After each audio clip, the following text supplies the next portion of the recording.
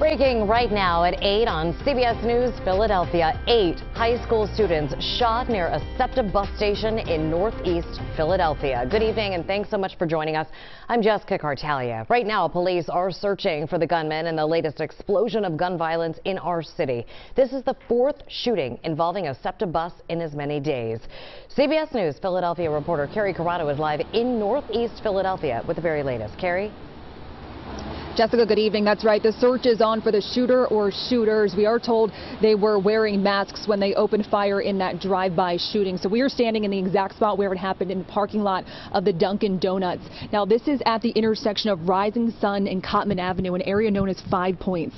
Now, the scene is cleared, but this was a massive crime scene, and police tape was crisscrossed all over the streets, and bullet markers were in the parking lot of Dunkin'. Now, police say 8 Northeast high school students were shot at Rising Sun and Cottman Avenue in Northeast Philly around 3 p.m. Now, this all happened near a SEPTA bus station.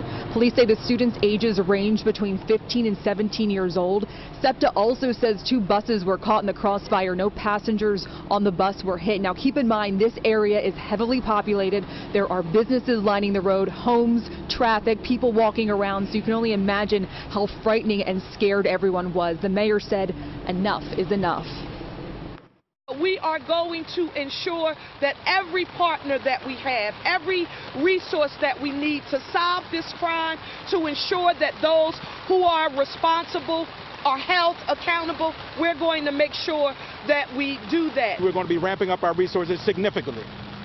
I want parents and families to know that we're going to be along our corridors across the entire city of Philadelphia until we can figure out exactly what's going on in this situation, whether it's linked to the situation on Monday, or what do we need to do more moving forward. Now, sources say that police are looking for a blue Hyundai sedan with paper tags. Again, no arrests have been made. Jessica? All right, Carrie, thank you. Our coverage continues now with CBS News Philadelphia reporter Nikki Dementri. And Nikki, you showed us the bullet holes. It's really incredible that no one on the actual bus was hit. Jessica, it is absolutely incredible that no one on 2 SEPTA buses were hit. You talked a little bit about showing those bullet holes. I want to show you once again. This is the Route 18 bus. You can see that one of those bullet holes went straight through. There are people sitting right there. There are transit officers that are on this bus right now. This is going to become a big part of the investigation. You can see 1 bullet hole here, 3 on this window, and there's more holes as the bus keeps going down. Now, where police have it started blocking off here, we're at St. Vincent and Rising Sun Avenue. That goes all the way down to that Dunkin' Donuts that Carrie was talking about. We've been talking with witnesses in the pouring rain, in different businesses on Rising Sun in the business district. It is very busy here, for lack of a better term. There's a lot of people that move in and out, whether it's school, businesses. People are saying they're surprised, they're shocked. At the same time, this is normally a quiet neighborhood, and to hear so many gunshots reverberate through their neighborhood was just something they're trying to process at this point. Take a listen. Ran down there, and the kid was laying in the street, shot in his back, and I put the blood pressure on him, and I looked over, and there was 4 more kids, and then there was another one down further, like by Rite Aid. Then I heard somebody else say they found 2 more kids shot in an alley. And then we started putting kids in cop cars to go to the hospital. My relative was one of the ones who got hit. Thank God he's doing okay. He got hit above the knee. You know, he's a gamer. So, you know, never into the streets, never into trouble or anything. Straight A student, positive, very positive young, gentleman that just got caught up in the crossfire.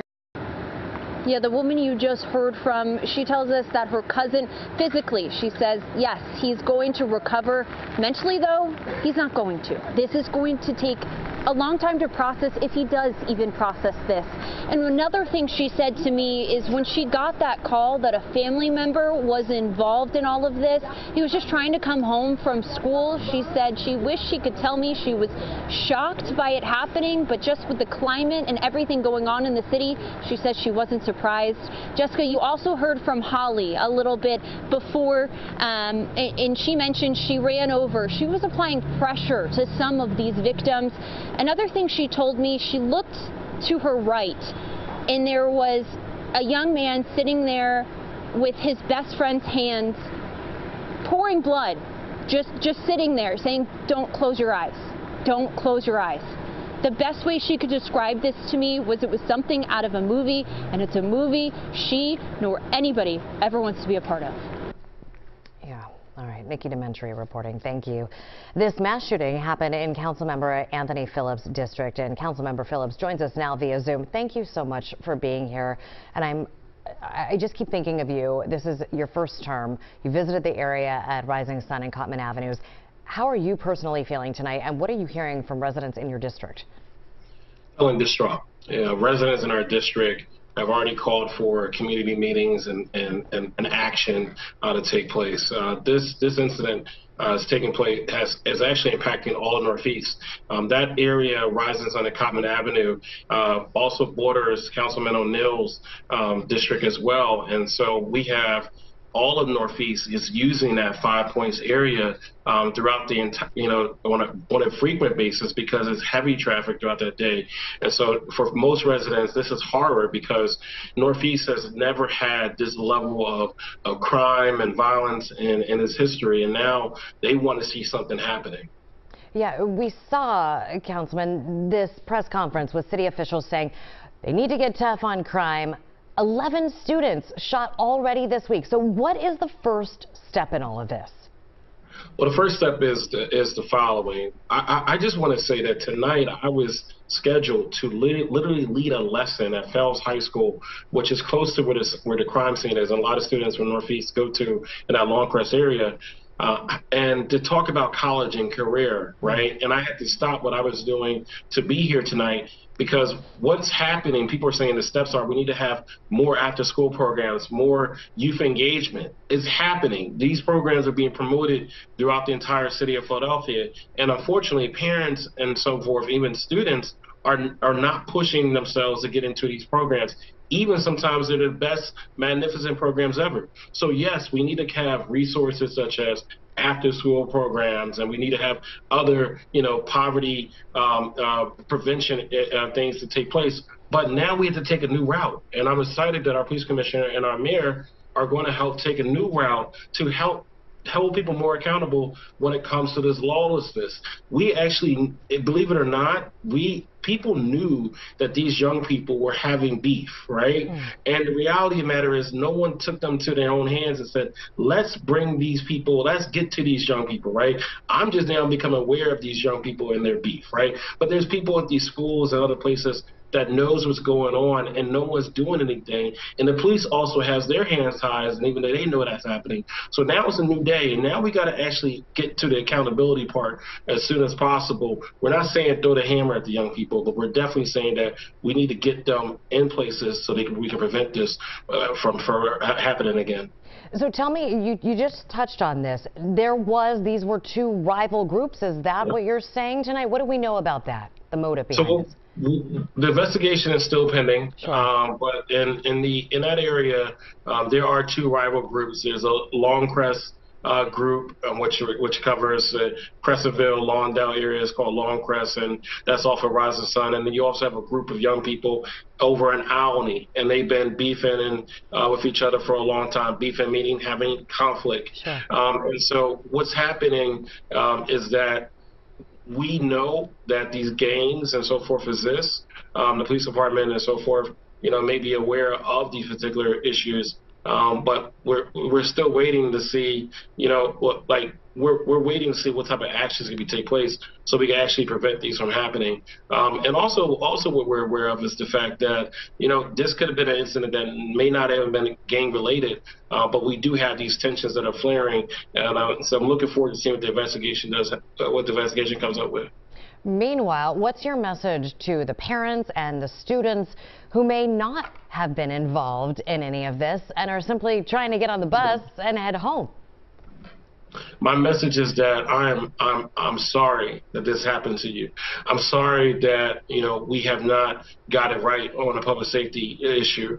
And I'm sorry that we as neighbors in the city of Philadelphia, all of us are not doing as much as we can to solve this issue. And the reality of the matter is your kids deserve to be safe. And we now have to take a better approach. The time is not tomorrow. The time is not maybe the next day. It is right now. And so my message is to you is that my hearts are with you. I want to be there for you. But what we're going to do now going forward is that we're going to take a tougher approach on this gun violence. If we know young people have guns, we're going to take them off the guns. I don't mean we're going to send them to prison and so forth, but we need to find a way to have our law enforcement take a tougher approach to getting these guns off the streets and to getting these kids into diversion programs as well as youth opportunities, because what we've been doing right now is just allowing this to happen in front of our eyes is not working. So I'm looking forward to seeing what our administration does around this particular public safety issue, because I'm alarmed and I'm ready to take my approach. But the last thing I got to say, neighbors, if you have a kid in your neighborhood, you know them, wrap your arms around them, mentor them, support them, and be there for them. Right. We need your support. Absolutely, and you are doing so much for the education. Before you go, I just want to ask you, we talked about this, and our reporter, Nikki, just mentioned this, the emotional impact that this is going to have, not just on these kids, their parents, the teachers who deal with it, the law enforcement. Every time there is a shooting like this in our city, it just reverberates. What do we do? This is going to have an incredible emotional impact, and it's going to have reverberating effects. Here's what's happening to our kids. Our parents are going to begin to feel like they shouldn't allow their kids to take the bus. Every parent's going to start thinking about maybe their kids should be homeschooled, which is most likely not the best option for a lot of kids. The emotional impact that this is going to have is that a lot of folks are going to begin to second guess even leadership, right? Whether or not we're doing more, to really help this issue. So it's going to have a huge, and then also the trauma. Kids are going to be thinking like, should I walk this way? Should I walk that way? They wouldn't be free to be, feeling free to feel kids. And so what we need to do is that we need to create these safe corridors where police are, connected and well connected with the community through community policing, where people feel safe again in their own neighborhoods. And I'm also employing that we get kids, and I'm going to be running a huge after-school program initiative to get kids into carrying adults' arms into after-school programs and youth programs that can get them into the right mindset so this does not happen. So I'm going to do my part as a city council member, but I tell you, we're going to need the entire city to do their part. But most importantly, our leadership, we have to get this police thing right, and I'm looking forward to seeing what's going to happen with that. Excellent. Thank you so much for joining us. And yeah, I mean, all that you're doing to keep these kids in school and these after-school programs, they need to feel safe going in and out of school. Thank you, Councilmember Phillips. Thank you all. Thank you. Well, of course, we're going to stay on top of the investigation into the shooting of those 8 students. And when we are not on television, you can always find the latest updates on our website, cbsphiladelphia.com. Turning now to our weather, plenty of rain across our region today. A live look now at Spring Garden this afternoon. Oh, it was slick streets. We'll get right over to Chief Meteorologist Bill Kelly with the next weather forecast. You can there it is. Look at that rain. It's really coming down. Yeah, coming down. It was coming down very heavily earlier, and you can still see there, Spring Garden, a lot of water on the road as the lights are reflecting off of that. Getting a bit of a break in the actual rain itself, but it's just going to stay wet around our area. In fact, I want to start you out with a different shot. This is in Center City looking to the south.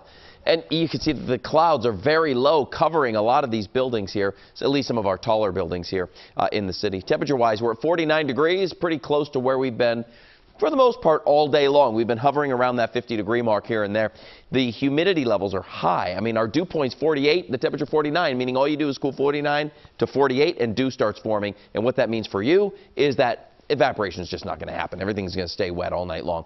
We have temperatures widespread in the upper 40s and low 50s around the area. Here's a look at the current clouds and radar. It's cloudy, obviously. Clouds are all over the place, but a bit of a lull here from Philly down into parts of South Jersey.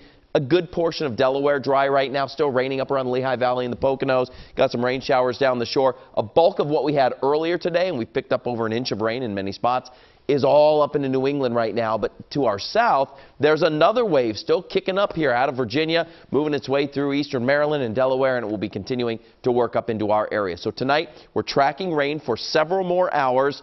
The showers are going to be around for the early, not all night long. After midnight or so, things will start to break up. Rain tapering off a little bit late. Things are looking better tomorrow.